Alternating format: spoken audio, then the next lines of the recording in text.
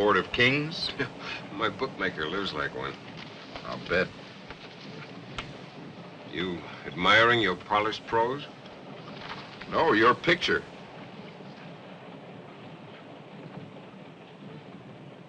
Charlene Reston's much prettier. You know, this will be the 27th case of yours I've covered. Maybe you're my good luck charm. If I thought so, I'd consider jumping off the train. I make good copy, don't I? Sure, I've got a Pulitzer Prize to prove it. Quit trying to reform me. I don't give a hoot about you. Save your lecture about the majesty of the law, or I'll throw you off the train. You don't scare me, except when you're in a courtroom. Springfield in 5 minutes, sir. Oh, well, Willie. Agreed. Forget the change. Thank you very much, Mr. Blaine.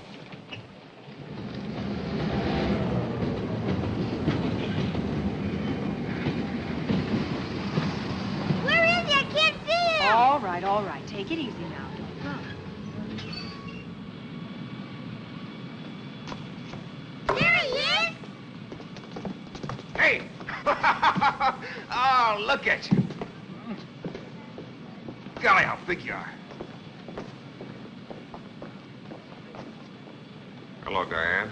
Hello, Jim. Here, let me look at you. Grown, haven't they? So fast. How are the electric trains? Haven't got them anymore. They're mine now. How's your mother? She's fine. Why can't we go with you, Dad? Maybe you can join me. You can stay in Desert Valley. The boys are in school. Well, just for a week. Can't we, Ma? Sometimes we get sick and stay out that long. Your father will be very busy. We'd only be in the way. Yeah, Mommy's right. Now, you take care of everything, you hear? I gotta go. You're big guys now. You take care of Mommy and look after her. I'll write to you. I'll call you as soon as I get there. Bye. Bye.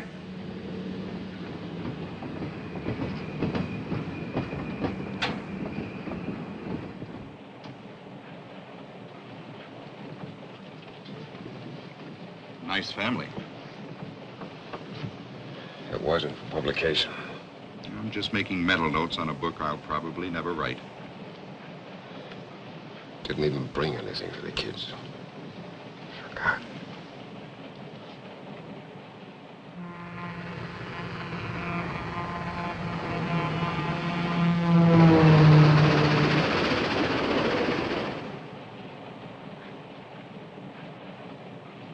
Like to read something interesting? Who's it from? Convict number 673066, namely Benson Powell. What's the point? The point? A miscarriage of justice. I think he's innocent. One, please. Read the letter, please. One case at a time. You're the only one who could get a new trial for Powell.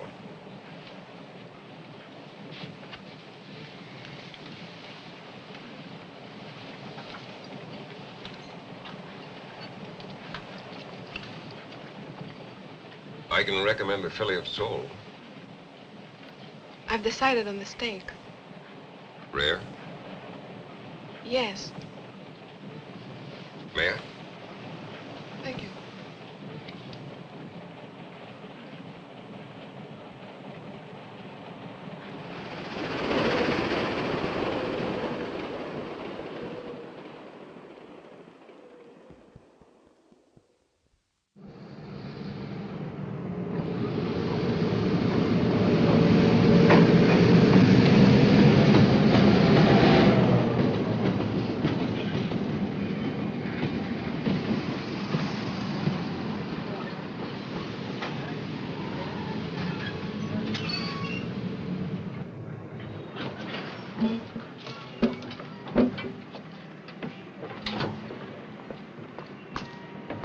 Friendly natives. Don't throw pennies. Hello? I'm Paul Vernon. Well, hello. Ralph Adams, New York Bulletin. How do you do? Hello. Pleasant trip? Unusually. Nice welcoming committee. All prospective jurors. Well, at least the weather's warm. I'll see you later at the hotel. All right. The car's over this way. Well, fine. Thank you very much. You want to follow us with those two?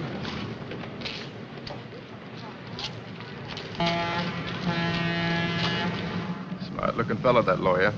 Mm-hmm. If he'd have been real smart, he never would have left New York.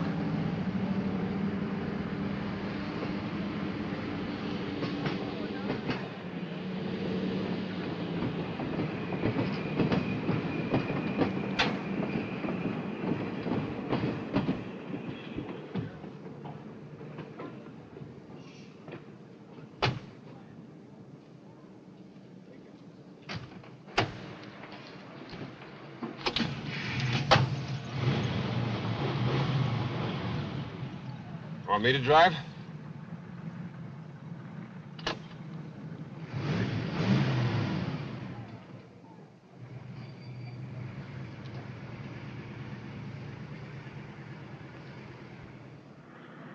Man could relax out here.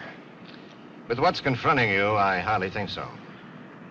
Which reminds me, did I come cheaper than the Legal Eagle from San Francisco? I take it you're referring to Lester Rawlings. Mm-hmm. I heard the Restons had him down as their first choice. They did, but I persuaded them to retain you, despite your higher fee. Coming from a Baltimore corporation lawyer, that's a compliment. I'll pay you but one compliment, Mr. Blaine, if and when you win an acquittal.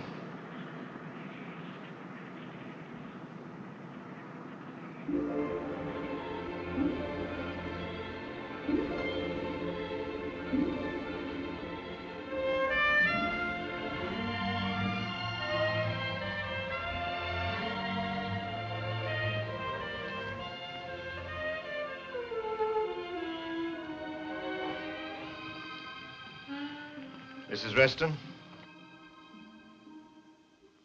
Mr. Blaine. How do you do? How's the water? Find out for yourself. Oh, Paul, dig out a pair of trunks for Mr. Blaine. Looks inviting.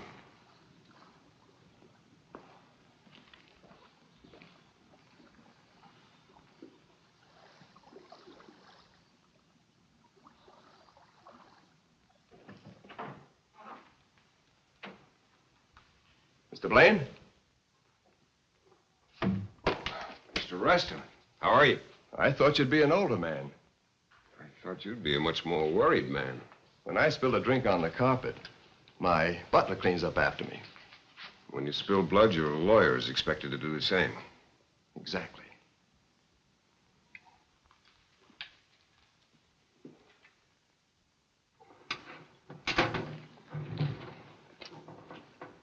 Did Larry Bell assault you? I'm defending you, not Mr. Vernon. Would you care to see the dress? Did he assault you? Sounds like gutter talk. That's a very acute observation. Did he? Yes, he did.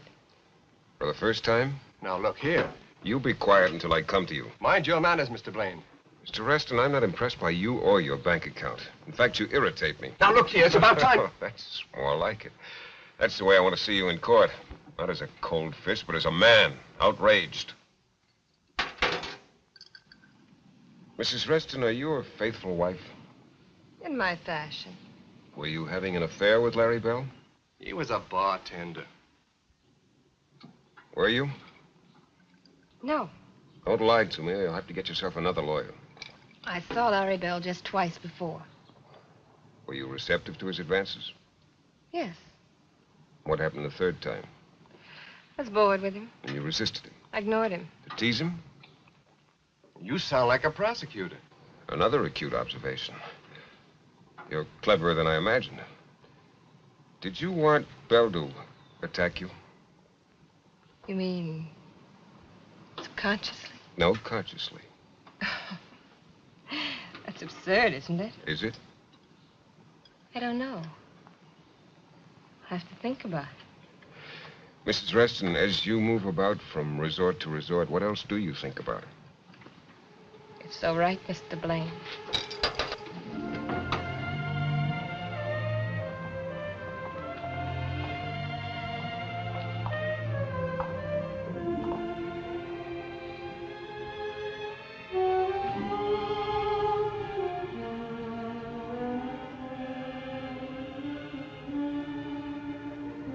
I'll be at the Bolton Hotel. We've arranged for you to stay here. Oh, Mr. Blaine doesn't approve of us. No sense adding to the prejudice of the jurors. I don't want them to think I belong to Desert Valley. A good point. Perhaps another time, if you and your lovely wife manage by my sweat to escape the state penitentiary.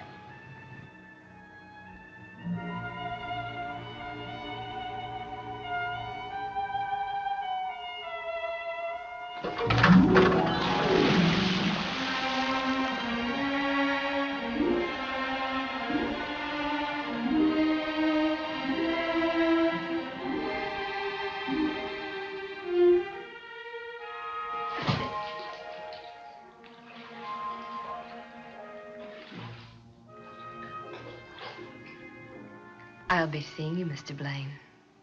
Mm-hmm.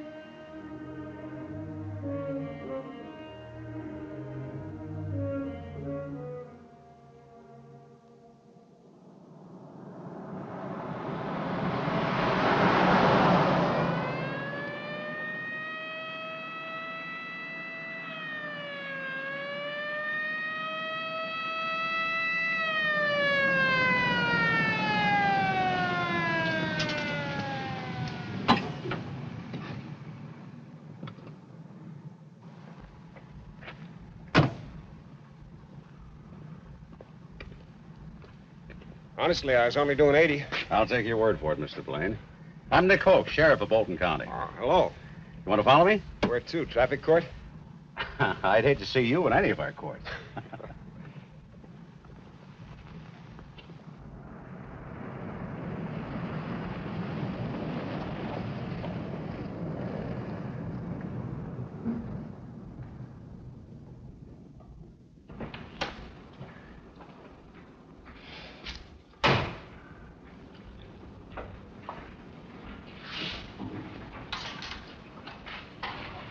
Thanks.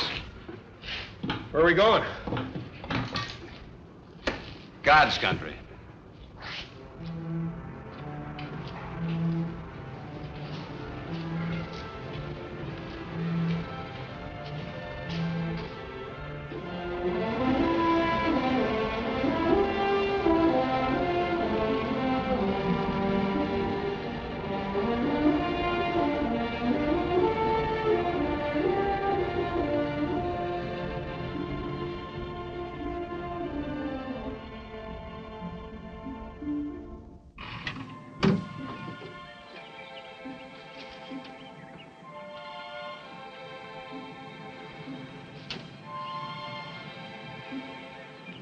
We got us a visitor from New York.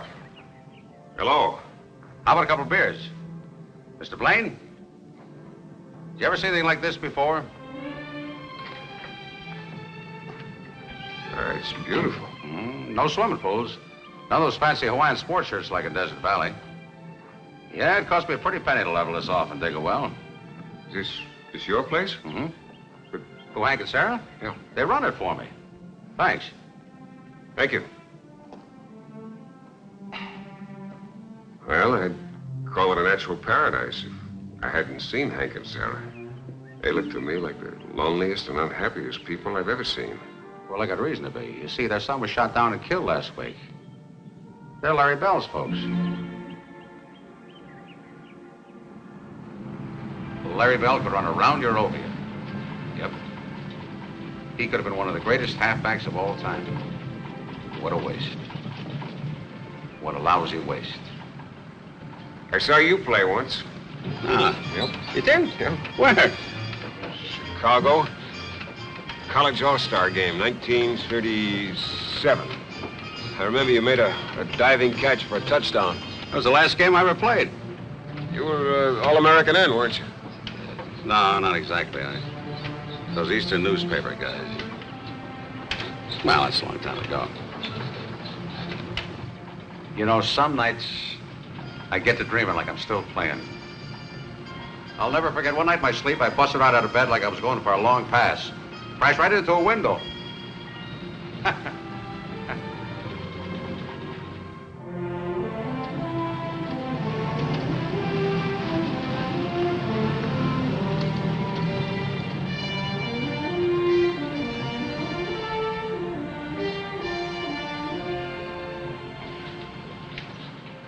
raise out here? Staley? He raises any hand he figures to beat. Sounds like me. Yeah? Well, it's your convenience anytime.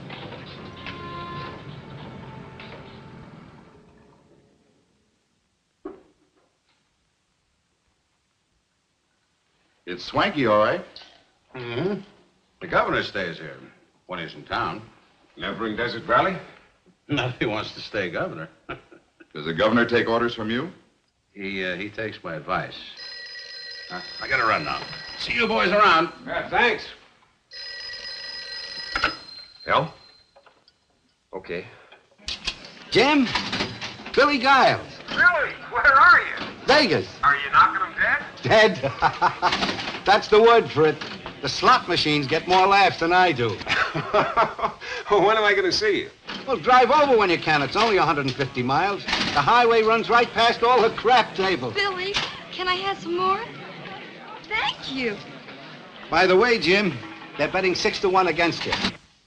You get 10 grand down for me. Now, seriously, Jim, I hated to see you take this one. Make that 15 grand, Billy. That should remind me of a story, but it doesn't. Okay, Jim, if you feel lonesome, give me a buzz. All right, so long, Billy. How's he doing? He just didn't have it anymore. What a shame. How can he make an audience laugh? They look at him and remember how he emptied a revolver into his wife and her lover. That was 10 years ago, and he was acquitted. Quite a feat, too. I don't think you convinced anybody but the jury. Well, when it comes to picking jurors... I know. But this time you'll be forced to pick from Sheriff Hoke's private pork barrel. Don't print this, but Mr. Hoke is the answer to my prayers. Hoke? Don't tell me he's your gimmick in winning this case. He is my only hope. When I get him on the witness stand, I'll cut him down to size, strip him of his convictions. When I finish with him, they'll arrest him for indecent exposure.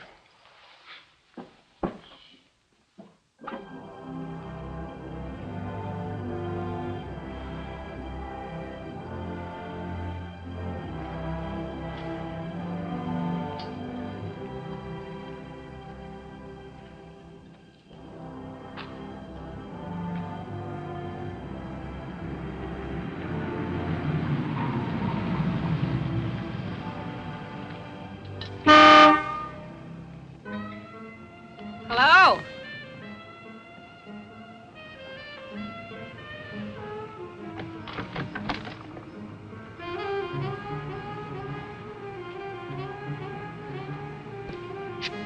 Hello. This makes the second time today I've been picked up. I called the hotel. What's on your mind? You. I hear you separated from your wife. How does that concern you? You interest me. That's the reason my wife left me. I interest other women. Can you forget for a while that I'm your client? Whatever you say won't be held against you.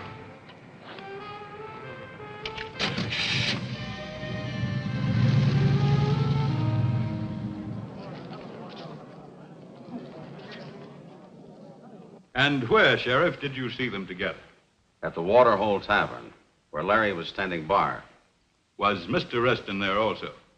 If he was, I didn't see him. What did you see? Mrs. Reston, sitting at the bar alone, acting chummy with Larry. In your conversations with Larry Bell, did he ever mention Mrs. Reston by name? He always called her that rich babe from Baltimore. You recall his exact words concerning his relations with Mrs. Reston? Yes. He said, I'm making time with her. Thank you, Sheriff. I now turn you over to the New York lawyer. Your witness.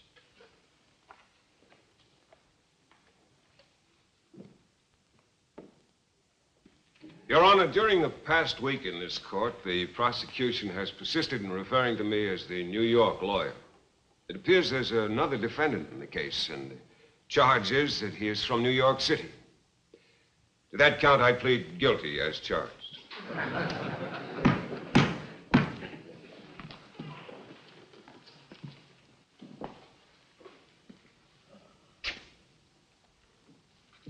Now, Sheriff Hoke, based on your experiences, what does the expression making time mean? Well, it means that Larry Bell was having relations with Mrs. Reston. Had you always found Larry Bell to be truthful? Yes, I have. You were like father and son. We were very close. Like father and son? Yes. Was Larry Bell always in the habit of discussing his personal affairs with you? Well, like I said, we were very close. Are you married, Sheriff? I was divorced a couple of years ago. That was your only marriage? No, it was my second. Well, how did your first marriage end? Divorce. Well, tell me this, Sheriff. Were you in the habit of discussing your personal affairs with Larry Bell? Objection. Sustained.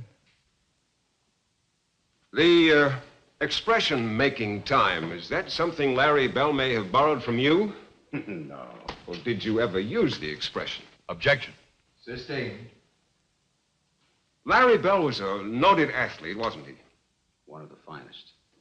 Do you know what the expression to score means? Objection. Sustained.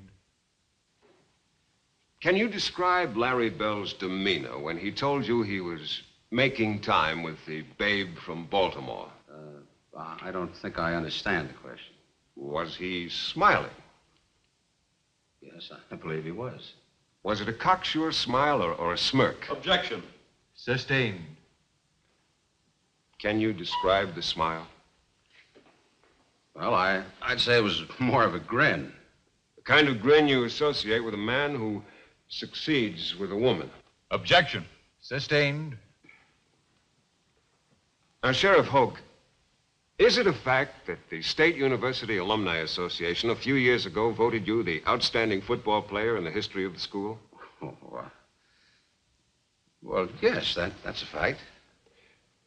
Did you graduate from State University? Yes, I did. Is it a fact that Larry Bell was a star halfback for Bolton High School? Yes, sir.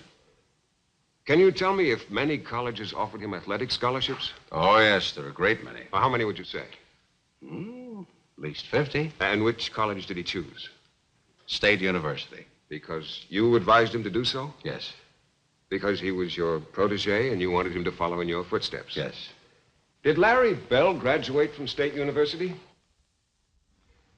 No, he didn't. What prevented him from graduating? He flunked out. I assume you're using that expression in the scholastic sense. Yes, Larry failed in too many courses, and so he was expelled. For academic failure? That's right. Mm-hmm. Do you recall the particular courses he failed?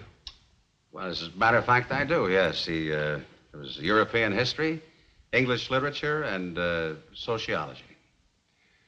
Isn't it a fact that Larry Bell was being tutored in those very courses by an instructor who was on the payroll of the State University Athletic Department? Yes, but that's common practice. Has State University de-emphasized football? No, we haven't. Then a victory on the gridiron is as important today as it was in your time, is it not? Probably so.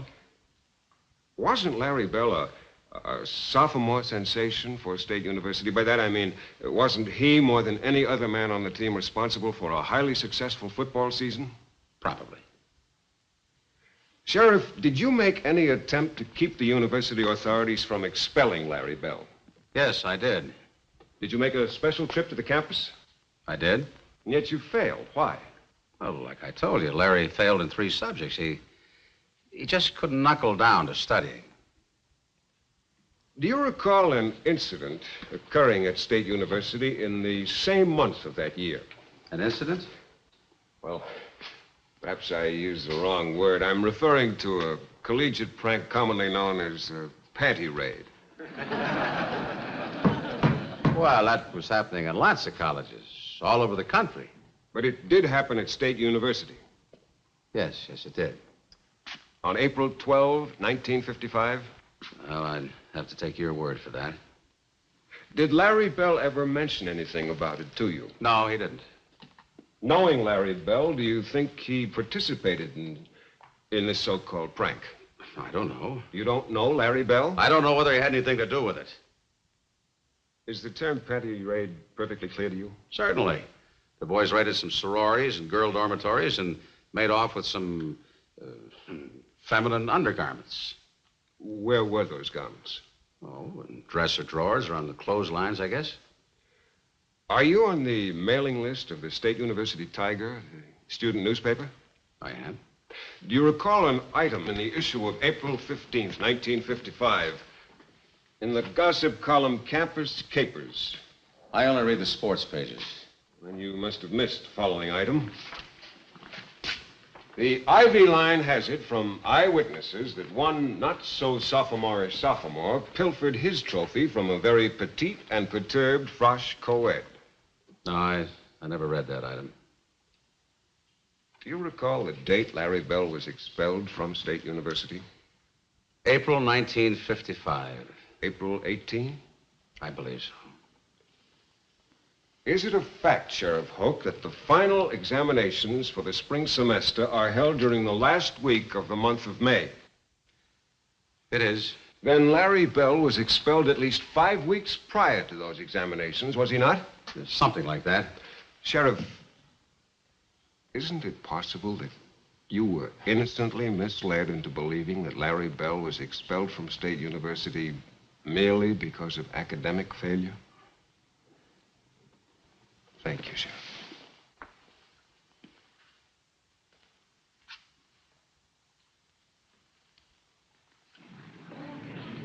You did it again.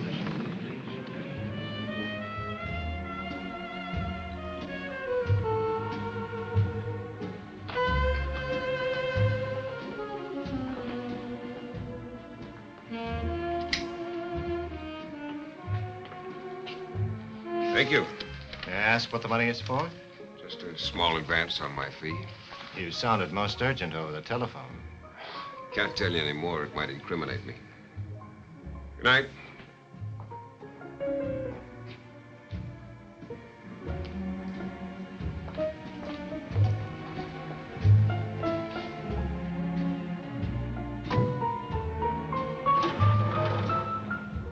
I'll pick you up at the courthouse at 11.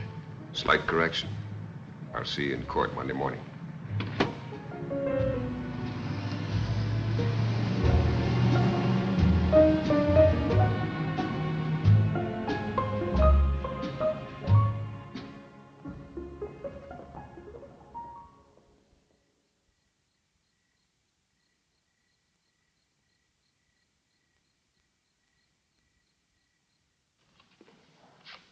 Off the top. 2 to the dealer. Opener bets 50. Beats me. No.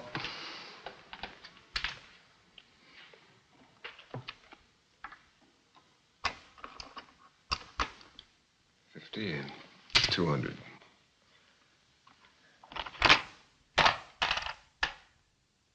See the 250? Raise it 500. Too much for me. You do too. I'll call. 3 deuces full. Straight's no good. Too bad. Nice hand.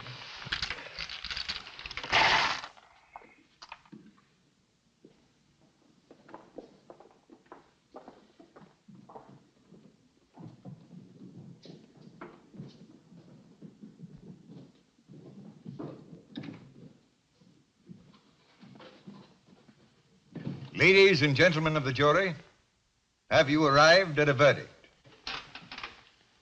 We have, Your Honor. How find you? Guilty or not guilty? Not guilty. Court is adjourned.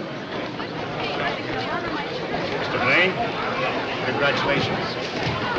Jim, you did it again, boy.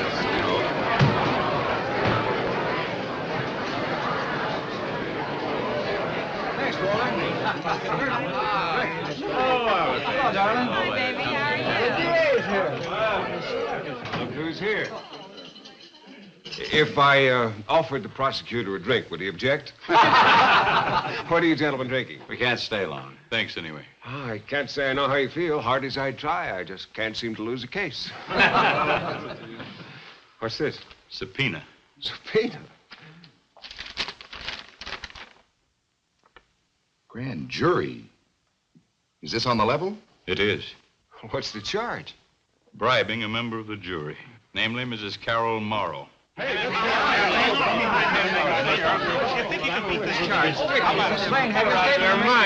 Ralph, you don't...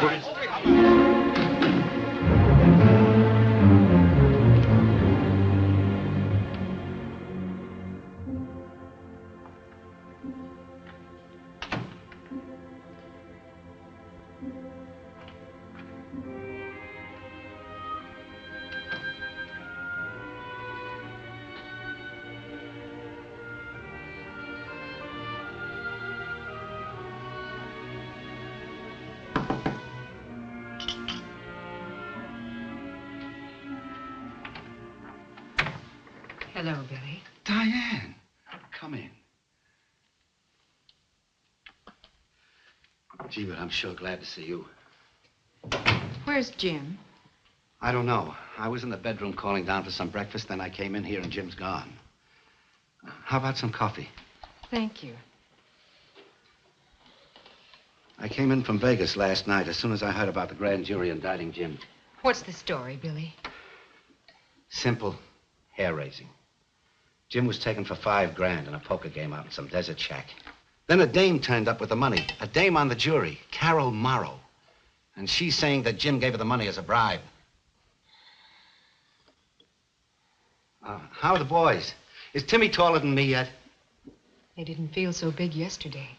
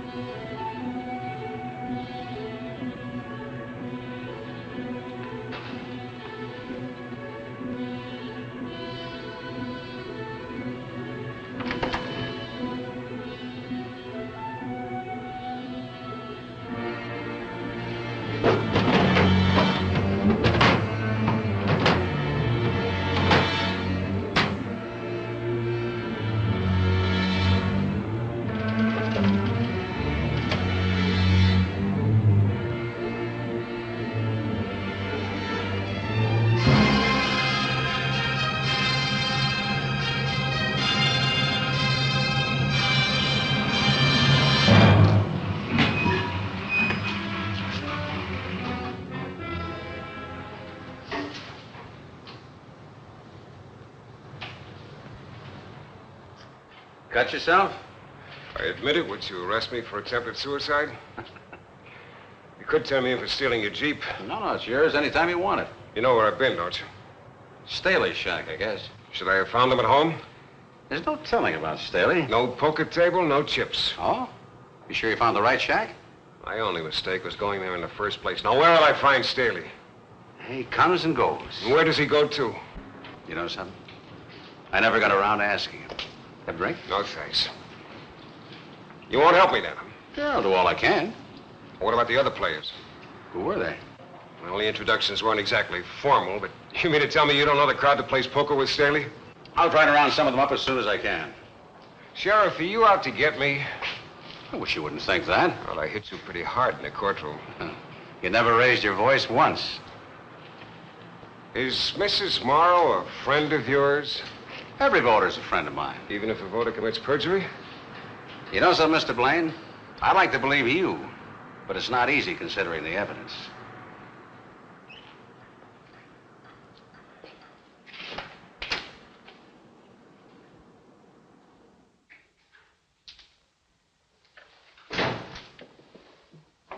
Say, where have you been? Out in the desert looking for mirages. 2-car mirages? No Staley, no poker table, no chips, no nothing. A frame house, huh? It's not too funny. Holt's building a beautiful frame. And you'll have 10 years to admire it at the state's expense. You selling me short? Me sell you short? My memory's not that bad. Every morning when I wake up, I look to make sure there are no bars on the windows. If I were you, I'd go into a little Irish jig right now. You would, huh? A very attractive lady just checked in down the hall. I'll try to find time. It's Diane. Diane? 408.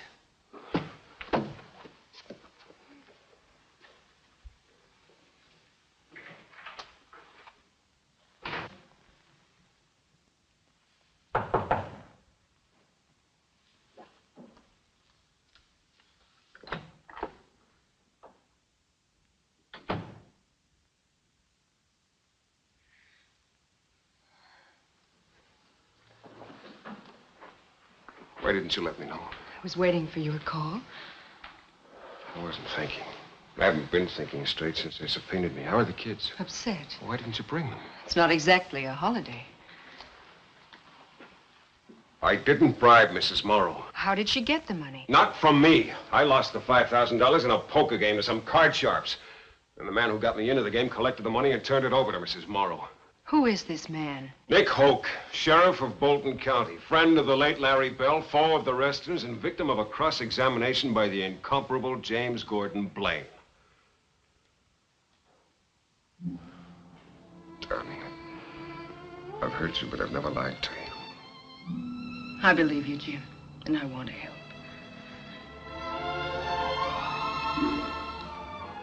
I'll move Billy out of my sight. No, Jim, no.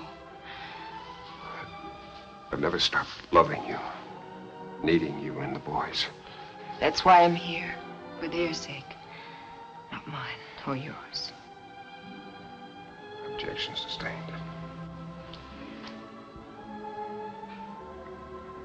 Thanks for being here.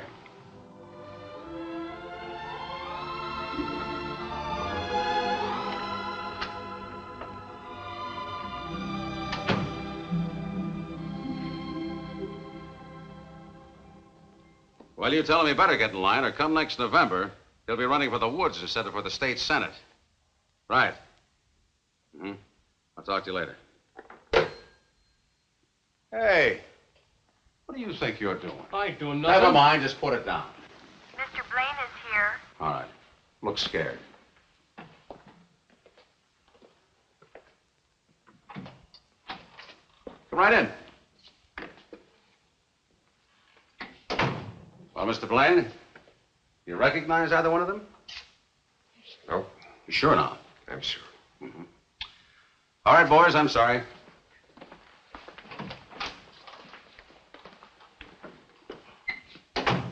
Welcome to Bolton, Mrs. Blaine. Thank you. You too, Mr. Giles. Nice town you got here. The last time I came through, it was so quiet you could hear the pinball machines. That's pretty funny.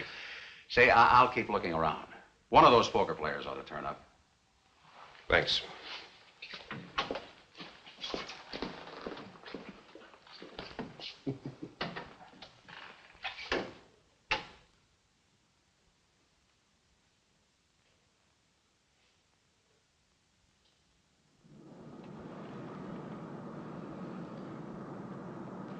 Lester Rawlings is vacationing in Desert Valley, staying at the Sun Club. Why the social note? Merely remembering a maxim about your profession. A lawyer who defends himself has a fool for a client. That should be good for a laugh somewhere. Forget it. I'm the exception to the rule. Let's face it, Jim. You too can be a fool. I'm defending myself. Correction. You're also defending Timmy and Johnny.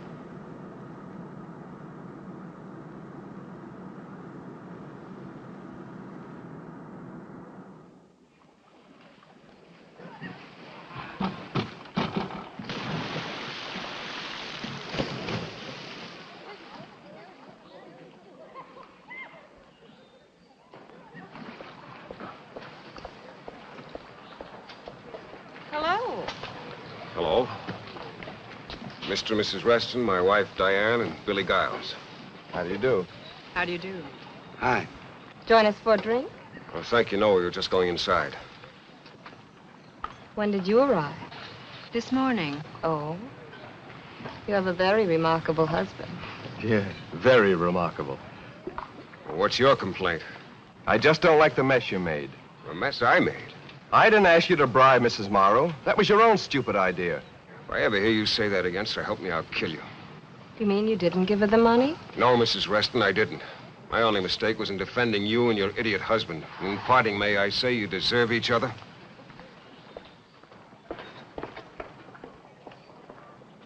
So the piano player said, well, hum a few bars and I'll fake it. That's rather amusing, don't you think? Uh-oh. Business calls.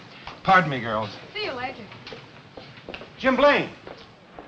I'm Lester Rawlings. We met a few years ago at Toots Shore's restaurant, I believe. Of course. My wife, Diane, and Billy Giles. Hello. Would you permit me to buy you all a drink? Well, thanks, I could use one. Thank you. Well, good, good.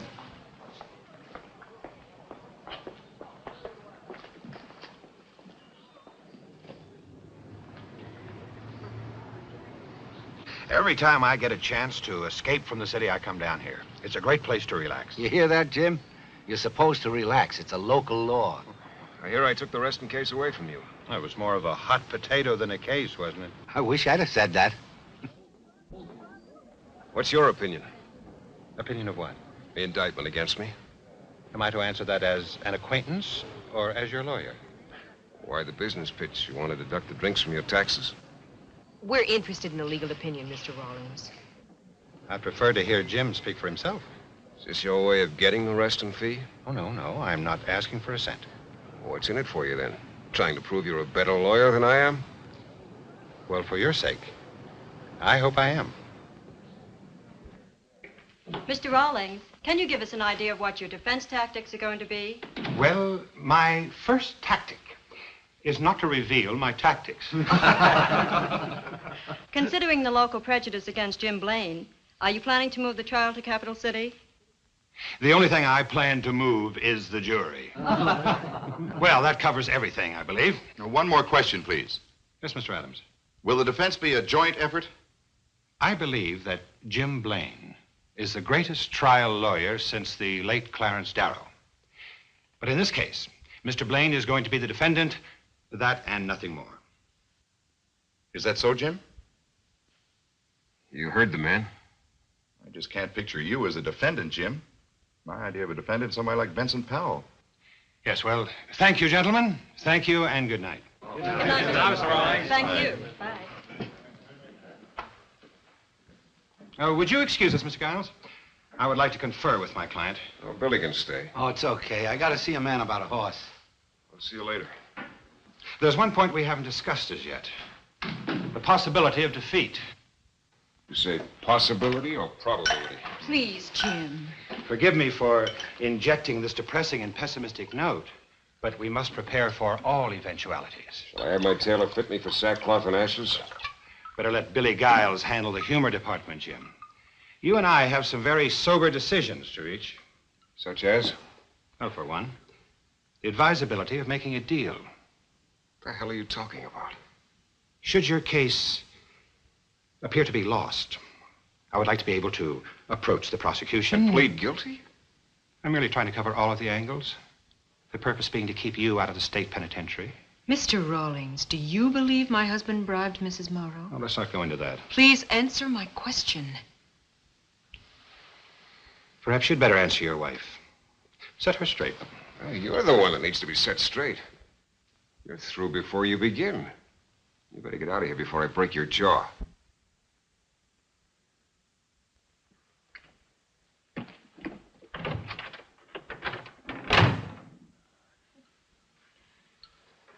You want a drink? No, thank you. I'm going to bed. Look, was I out of line? No. You referred to me as your husband. Did I? Please stay. I need you. We're still legally man and wife. Did that stop you with Charlene Reston?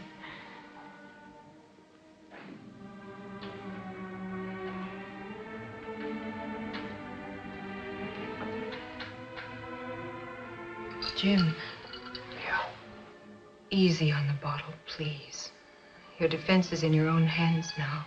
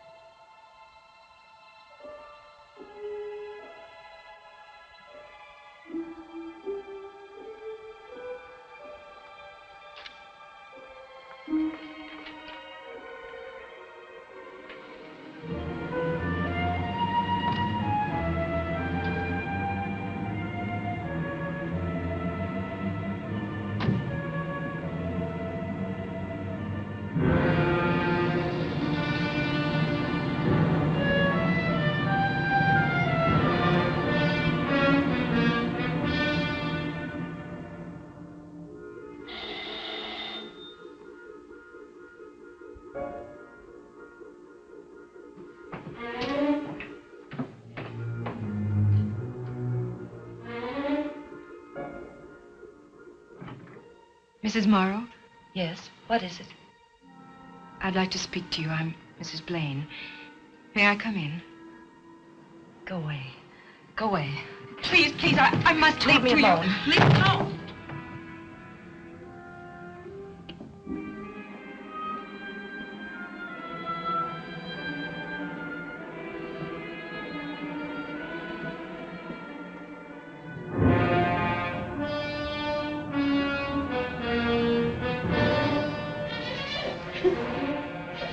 Quit it.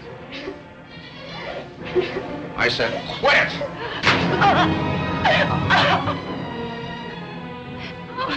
Oh, please, Nick, don't make me go through with it. There's no other way. I'm frightened. I'm frightened. I keep telling you. It's all worked out. What'll happen to me when he gets me on the stand? Oh, please, Nick. That's why we're in this, because of what Blaine did to me in the stand. Get this through your head. It's not that New York lawyer you have to be afraid of. It's me.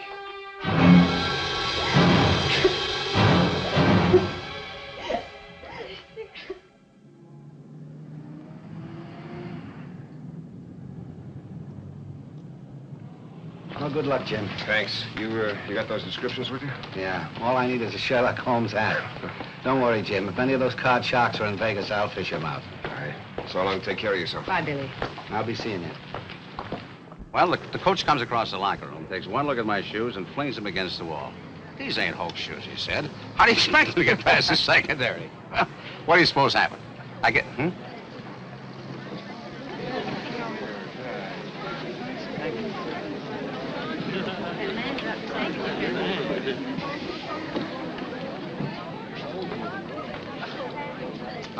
All right. Break it up. Come on, move. Pronto. Sorry.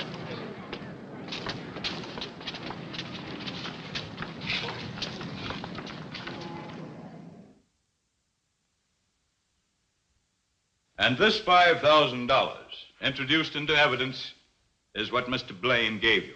Yes. Thank you, Mrs. Morrow. You may cross-examine.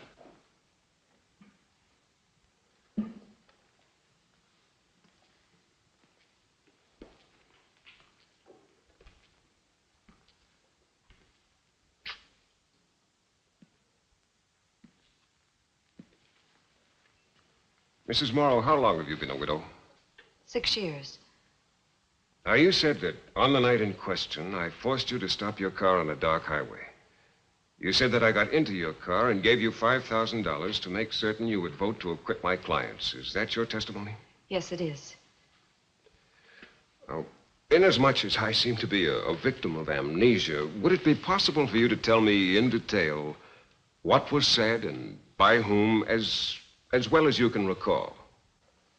I'll try. Thank you. Now, who spoke first? You did. You said, good evening, Mrs. Morrow. I hope I didn't alarm you. And then what was said?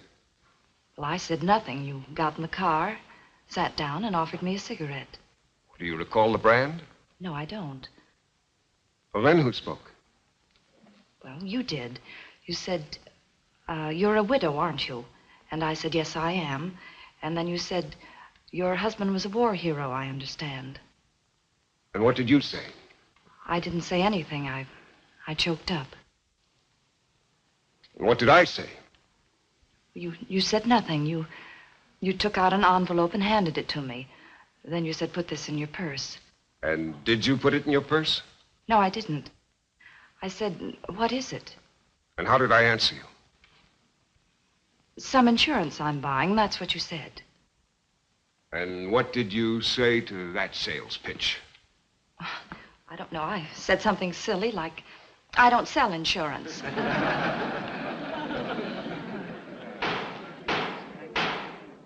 Mrs. Morrow, what are you trying to sell this court?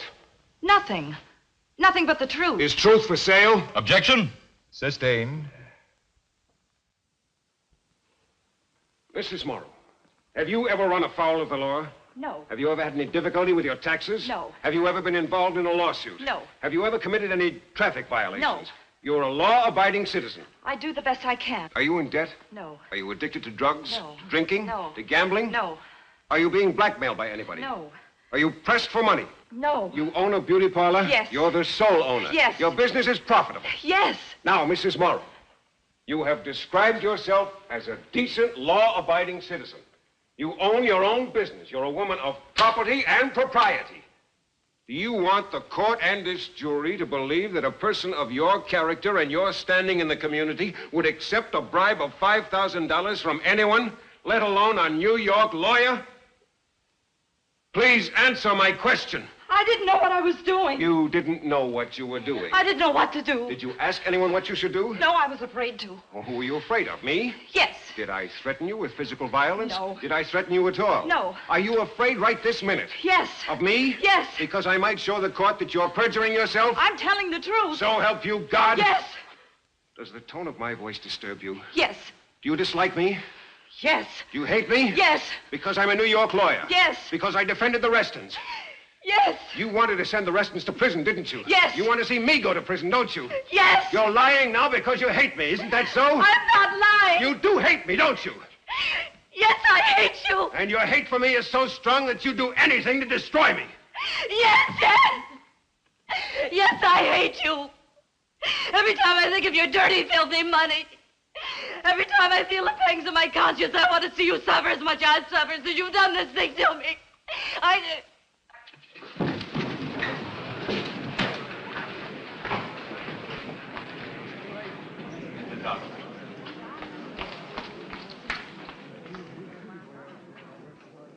Fool. Poor fool.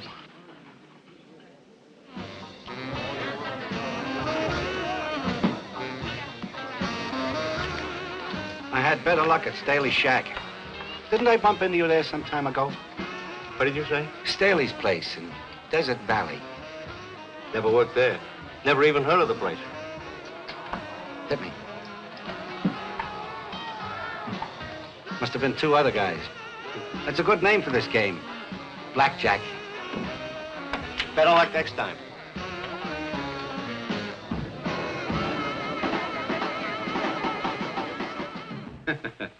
You were so great, you had me believing you. Nick, I'm worried. Come over to the house, please. Don't wait up for me. Nick, please. My other phone's ringing. We can't afford to take any chances now. Good night, baby. Hello? Nick, Cal Morris. Where are you calling from? Vegas. Listen, Billy Giles just spotted me. I told you to lay low. But, Nick, I had to work. I was short. You lame brain. What did you tell him? I played dumb. Honest, I did, Nick. But he's on his way to Bolton with a picture of me. A picture? Did you autograph it for him? Giles got it from the manager. Listen, it's a picture of the casino, and I'm in it. But good. Get out of Vegas, Cal. Get lost somewhere, and don't let me find you.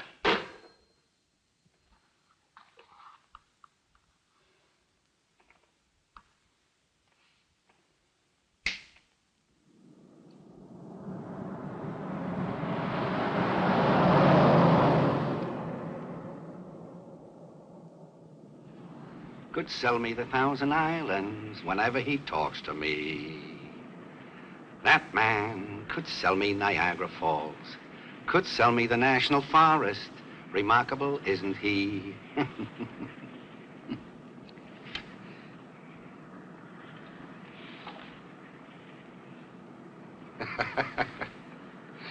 Billy Giles, boy detective.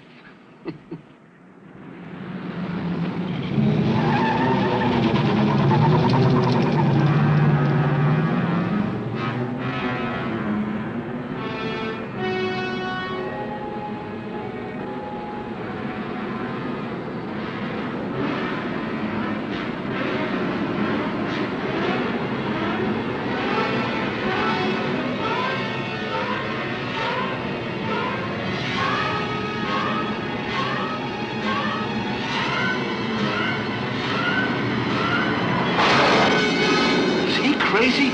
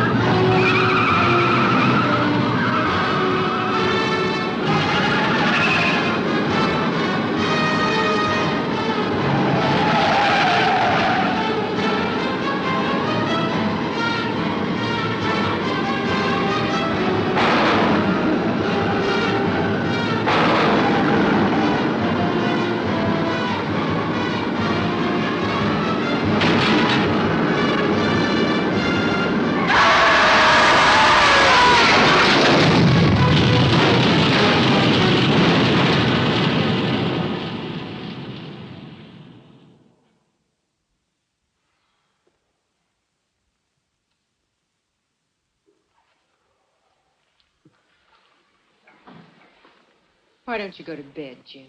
I couldn't sleep if I wanted to. Cross-examining Mrs. Morrow all night. You're not thinking of putting her on the stand again? Well, that's not where I'd like to see her. Don't throw anything at me, Jim, but she was convincing.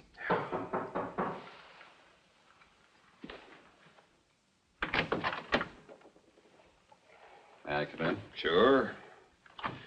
What glad tidings do you bring? It's bad news. What happened? Mrs. Morrow confessed she was lying on the stand? It's about Billy Giles.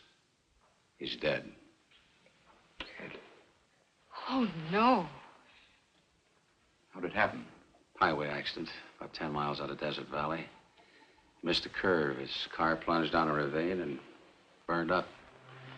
I think he was killed instantly. Anyway, they've got him in the hospital morgue. I got bad news for you. I'm gonna get you on the stand. I expected as much. I'm awfully sorry about Billy Giles. He was one of my favorites from way back.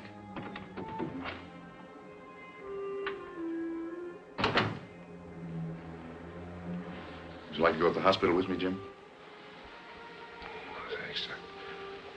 I'll go over later.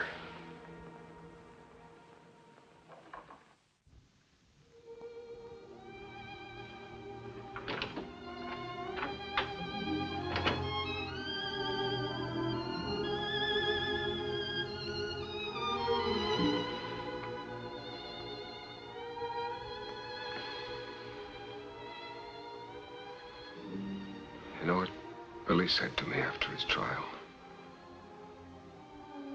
I guess I never told you this. He said, "Where do I go now, Jim?" I said, "Anywhere you please. You're a free man." He said, "Am I? Doesn't God know what you and I know?" I tried to tell him how important laughter was and how much of it he had to give. I said, "How do I open my act now?" Funny thing happened to me on the way to the electric chair.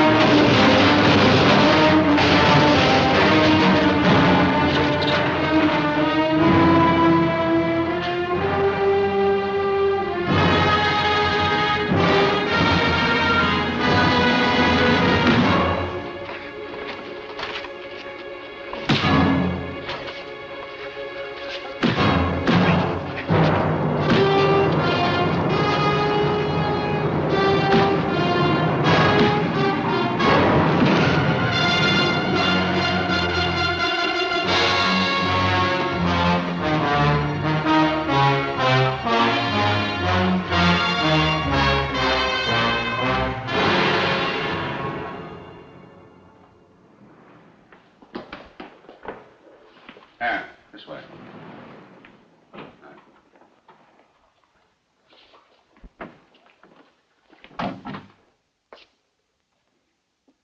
Well, how you feeling today? All right. Good. Recognize them? No. Come here. Stick out your hands. They look like they've been in a brawl. Not with me, they haven't. You sure now? I'm sure. All right. Get out of town, pronto. I kind of figured I had them. Maybe if you could give me a better description of them. Come to think of it, they both look like you. You can save that phony laugh for the witness stand. When I get through with you, you'll wish I'd gone to work on you with a baseball bat. Exactly my sentiments.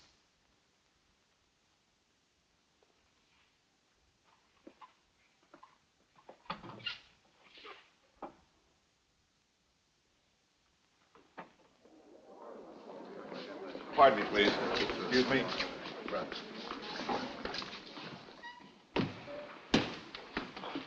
Raise your right hand. You swear the testimony you're about to give this court is the truth, the whole truth, and nothing but the truth, so help you God? I do. State your name. Nick Hoke. Be seated.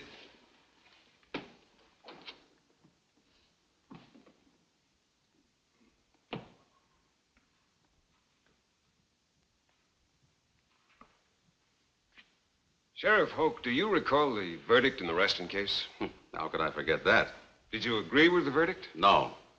Was the verdict a disappointment to you? Yes. A bitter disappointment? Yes. One of the most bitter disappointments in your life? Yes. You resented the Restons, didn't you? Yes, I did. Because they were rich society people from Desert Valley? Because they murdered Larry Bell.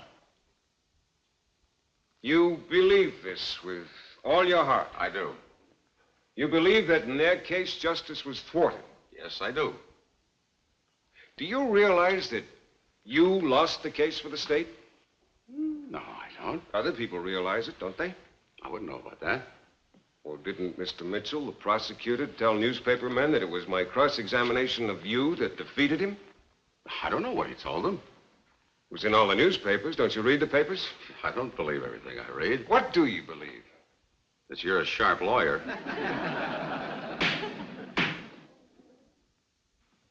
Let me return the compliment. You're the sharpest sheriff I've ever encountered. Are you a vengeful person, Sheriff? I'm human. Human enough to understand that I've severely damaged your stature and reputation? I can't answer that till the next election. You intend to run for re-election to your office? Yes, I do. Would you say it would be helpful to your cause if I were convicted? Probably. Then you're interested in having the jury return a verdict of guilty? Oh, that isn't my job. I didn't ask about your job. I asked about your interest. Well, I think that justice will be done. What is justice in this case? That's for the jury to decide. Well, what have you decided? It's not my decision to make. You do make decisions, however, don't you? When I have to, yes. Weren't you forced to make a fateful decision about me? I don't know what you're talking about. I'm talking about conspiracy. Do you understand the meaning of the word? Of course I do. Would you admit, if the court decides in my favor, that I was a victim of conspiracy? I'll abide by the jury's verdict. Or wouldn't a verdict of not guilty mean that the jury believes I was a victim of conspiracy? I guess so. Assuming that such is their verdict, that would mean that some person or persons unknown did willfully plot to ruin my reputation and throw me into prison, would it not? Could be. This would also involve Mrs. Carol Morrow, would it not? Might. And if the jury feels that I have told the truth, then it must assume that Mrs. Morrow was lying. Isn't that right? I guess so. Would it not also be possible that Rod Staley and his poker companions could be involved in the same conspiracy? Oh, I couldn't say about that. Remember now, hypothetically at least, I have been acquitted. Then if I did lose the money in a poker game and the same money turned up in Mrs. Morrow's possession, does it not stand to reason that someone other than I gave the money to Mrs. Morrow? I don't follow you. Shall I repeat the question for you? If it's important enough for you. Isn't your name and reputation important to you? I'm not on trial Will here. you admit that I am? Yes. Will you also admit this, that it was you who told me about the poker games at Staley's house? Yes. And wasn't it you who specifically invited me to participate in a poker game at Staley's house on the night of February 24? Yes. And didn't you tell me I could use your Jeep to get to Staley's house? Yes. Why were you doing these things? Well, I was just trying to oblige you. Why would you want to oblige me? Well, I try to oblige all of my friends. Do you mean to tell this court that you regarded me as your friend? Well, yes. Now, Mr. Hoke, how could I ever be your friend? I'm a New York lawyer. The last time I had you on the stand, I made a fool of you. I've got you on the stand this moment trying to make a liar, a perjurer, and a conspirator out of you. And you persist in regarding me as a friend. Can you tell the court any incident, moment, time, or place, when or where I showed any sign of friendship for you? Your Honor, may I remind Mr. Blaine that he's conducting a direct examination and that he's attempting to impeach his own witness. It's all right. I'll answer the question. Objection withdrawn. Well, it was the first day we met. We were driving across the desert in my Jeep and talking about Larry Bell and football, and you said something that kind of surprised me. You mentioned that you'd seen me play once, and you even remembered the game and the date and the pass that I caught to make a touchdown. And you remember that I was an All-American, but something that I missed out on. But the way you said it, it made me feel good. Made me feel real friendly toward you. Well, I know I felt that way because after that, I told you something real personal, something that I'd never tell anybody who wasn't a friend.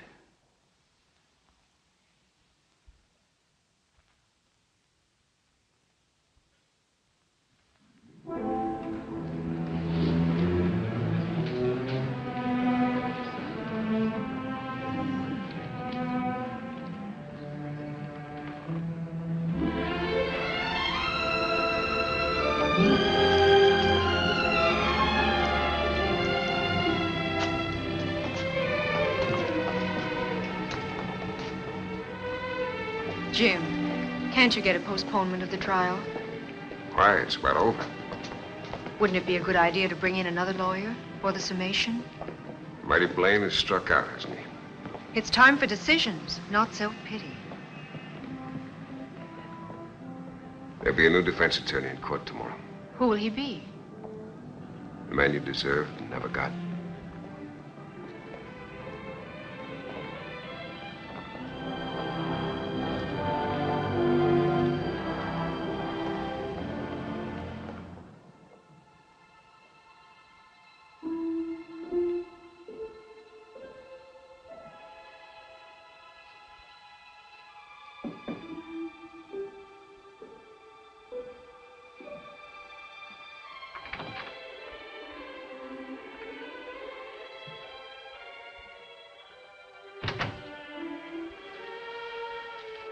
Couldn't sleep? No. I can't even sit still. You need a drink. No, thanks. Sun will be coming up soon. There'll be no sleep in court. Got a lot to think about. Strange, new sorts. You want one of my sleeping pills?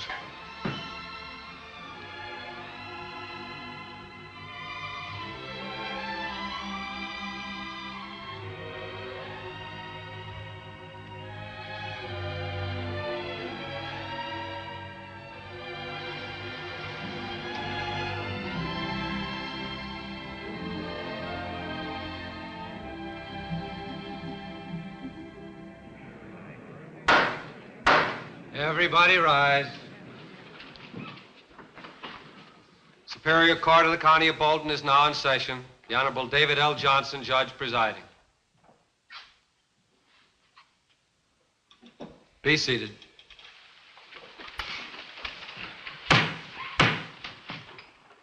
Counsel for the defense may begin his closing argument.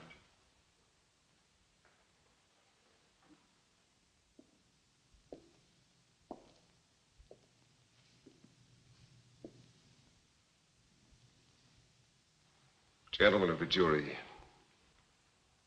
you have heard the prosecution refer to me as the criminal lawyer. My only complaint is he seemed to stress the word criminal rather than the word lawyer. Let me tell you how I became a criminal lawyer.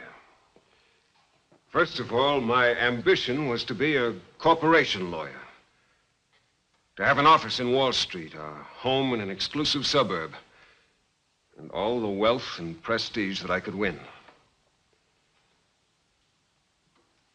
After passing my bar examinations, I knocked on the door of every reputable law firm in New York. But no luck. Why? Because I was a night school lawyer. I stood no chance against the men from the Ivy League law schools. To eat, I became a process server. I drove a taxi. I delivered Christmas mail. Until one day, someone remembered I was a lawyer. That someone was a ward leader. It seems a boy was being tried for burglary, a hopeless case. And I was paid $25 to go through the motions. Well, the boy was acquitted. And after a few more cases like that, the underworld discovered me. And soon I was the mouthpiece for racketeers, murderers, dope peddlers, and panderers. My fame increased. My cases were used. Now I was a big criminal lawyer. My fees were exorbitant. Now my clients came from big money and high society. I asked only 3 questions. Could the client pay my fee? Would the case be front page news? And could I win the case? And I won my cases. Until the word went around, if you're guilty, get James Gordon Blaine. That was my reputation. I must confess I enjoyed it. I enjoyed every moment in the courtroom. It was a stage for me, and I never failed to be the principal actor in the drama. I enjoyed the celebration and the notoriety. I enjoyed gambling with life and death. This note of apology is not for my profession, but rather for my own behavior. Or, if you will, misbehavior. Bear this in mind, please. None of us is immune to accusations and indictments. They strike the innocent and guilty alike. And when it happens to you, you demand an experienced and successful lawyer. I could spend hours telling you of innocent men imprisoned and executed because of clumsy and uninspired defenses. A good example of this is the case now before you. During this trial, I have proved the old saying that the lawyer who defends himself has a fool for a client. I've bungled it badly. I've failed to establish my innocence. And I'm sure that at this moment, the verdict of each of you gentlemen is guilty as charged. Take, for example, my cross-examination of Mrs. Carol Morrow. With Mrs. Morrow, I lost my sense of detachment, and I lost my head. I hurled questions wildly, hostilely, for I knew that truth was on my side. Well, you know what happened. When I sprung the trap for Mrs. Morrow, it wasn't she who fell into it. It was I. And as she lay there in a dead faint, I stood here not like a great criminal lawyer, but rather like the village idiot. Or take my direct examination of Sheriff Hoke. This time I vowed I wouldn't be trapped by a big lie. And I wasn't. Instead, I was destroyed by the truth. Yes, the truth. A truth crowded out of a mind possessed with just one thought. That I was being framed by Nick Hoke. And yet, these errors seem minor and unimportant when I think of the one glaring and shameful error of my entire career. My blindness to the sanctity of the court. Collier's magazine, in referring to the Reston trial, called it the case of the tattered dress. I think this case now before you might be called the second case of the tattered dress. The tattered dress of justice. I readily confessed to my part in that assault. But I contend that justice has been attacked on a far greater scale by mob passion, by provincialism, by prejudice, and by conspiracy. In our courts, we aspire to justice. Because we are men and not gods, we don't always achieve it. But remember this, there is no other system for the governing of men. No other except violence. Beyond the walls of this court lies the city. And within the city, as in all cities, there are alleys. In the jungle dark of one of those alleys a few nights ago, I was attacked. Think of the alley, please, and think hard. Think of what happened there in the darkness. It was a trial. I, the accused, was confronted by two men masked in darkness, cloaked in the stolen majesty of this court, and smeared with the blood of outraged justice. These nameless men arrested me. They accused me, they indicted me, they judged me, they sentenced me, and they were executing me. An execution halted only by the sound of running feet. The sound of men from the 20th century running from the quiet lamplit street just outside that alley of darkness. Because of them, I escaped with my life. But keep this in mind. I was not alone. In every act of violence, justice is also a victim. Gentlemen of the jury, for the sake of justice, make your choice well. Shall it be the court, or shall it be the alley?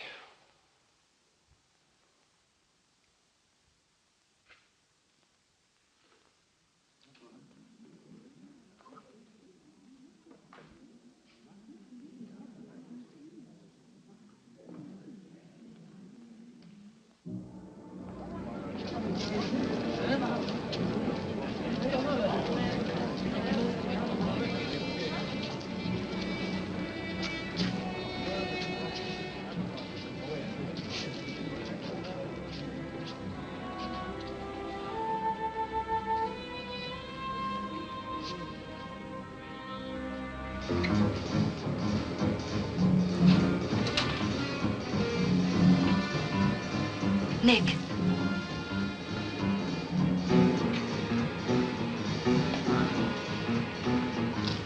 This is pretty stupid, isn't it? Nick, I'm worried. I'm worried sick. You look it.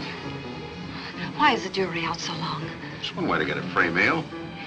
Nick, come over to the house, please. Look, baby, from here on out, you'll be lucky if I tip my hat to you on the street. Nick, you're joking. You're joking. Some joke. Like I caught a long pass. Nobody between me and the goal line, and I tripped and fell on my face. Nick, we'll go away someplace. Any place you say. The only one that leaves this town is that New York lawyer. Either in handcuffs or in a pine box. But Nick...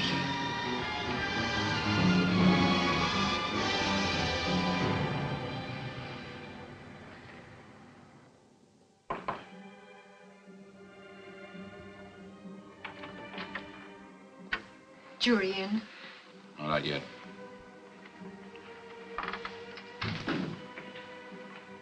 Hi. You know what the boys think about your performance? It was no performance. I have to level with you. I'm not sold it was all for real. It's not just me. You haven't sold the other newspaper men or the public.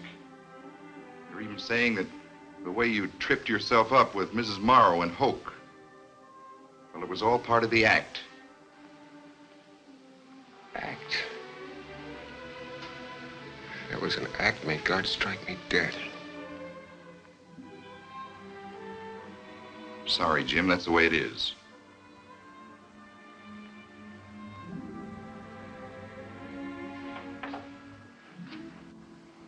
Jim, I know what you're thinking, and I don't like it. Darling, if we have to, we'll live this down. Last night I thought I was home again. Now I know I can't go home. Not just yet.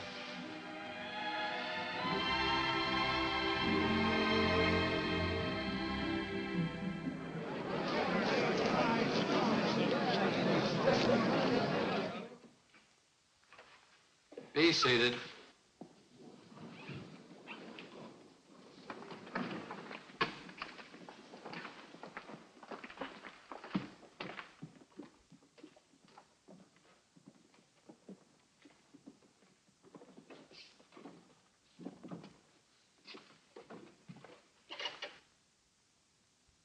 Gentlemen of the jury, have you arrived at a verdict?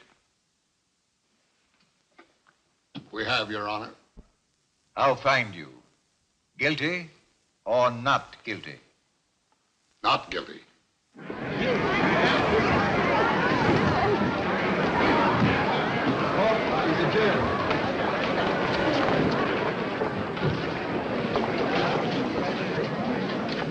Mr. Blaine, congratulations. Thank you. Any comment, Sheriff? Comment? Yeah, sure. When you hear the gun, it'll be the end of the game.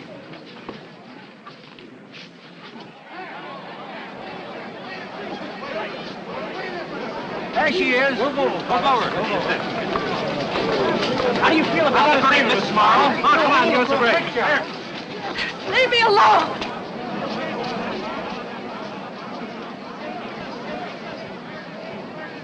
Here comes Blaine.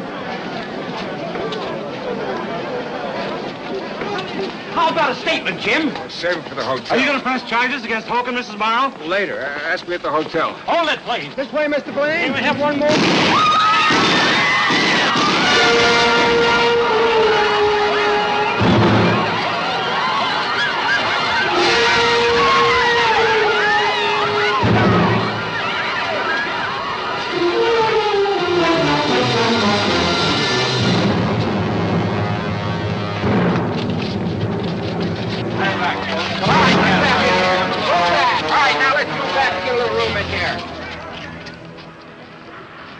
Jim, how do I begin to apologize?